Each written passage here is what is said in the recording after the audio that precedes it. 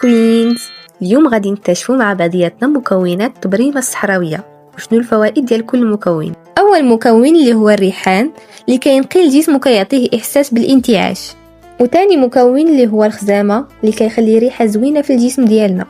من بعد عندنا البابونج اللي معروف بتهدئة الجلد وتقليل الإحساس بالتهيج، ورابع مكون اللي هو الورد البلدي اللي كيساعد على تنعيم الجسم وتحسين مظهر البشرة.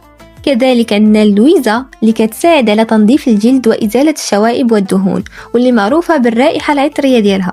وعندنا حتى العرعار اللي حتى هو كيساعد على تنظيف الجسم والتخلص من الشوائب. وغنزيدو حتى الشيح اللي كينقي لنا الجلد وكيحسن المظهر ديالو. وعندنا حتى النعناع البلدي اللي كيعطينا إحساس بالانتعاش. ومن بعد غنزيدو حتى السدر اللي معروف في العناية بالجسم وتنظيف الجلد.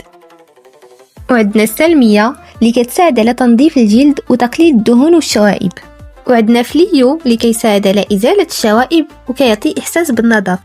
وعندنا المورينغا اللي غنية بمضادات الأكسدة وكتساعد على الحفاظ على مظهر صحي وناعم للبشرة.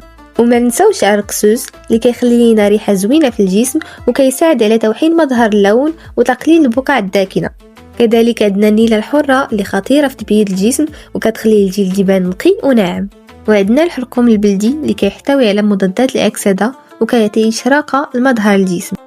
وما ننساوش الودعة اللي كتستعمل في التقشير وكتساعد على إزالة الجلد الميت وتنعيم الجسم. والطين الأبيض اللي كيمتص الدهون والشوائب وكينقي المسام وكيخلي الجلد نقي وناعم. بالإضافة للكر الفاسي اللي كيعطي مظهر وردي وإشراقة للجسم. وأخيرا عندنا اللبان الذكر اللي كيحسن مظهر الجسم وكيحافظ على النعومة ديالو. وبهكذا هنكونوا سالينا مكونات التبريمة الصحراوية الملكية ديالنا اللي غتنقي لك الجسم ديالك وتخلصك من الجلد الميت.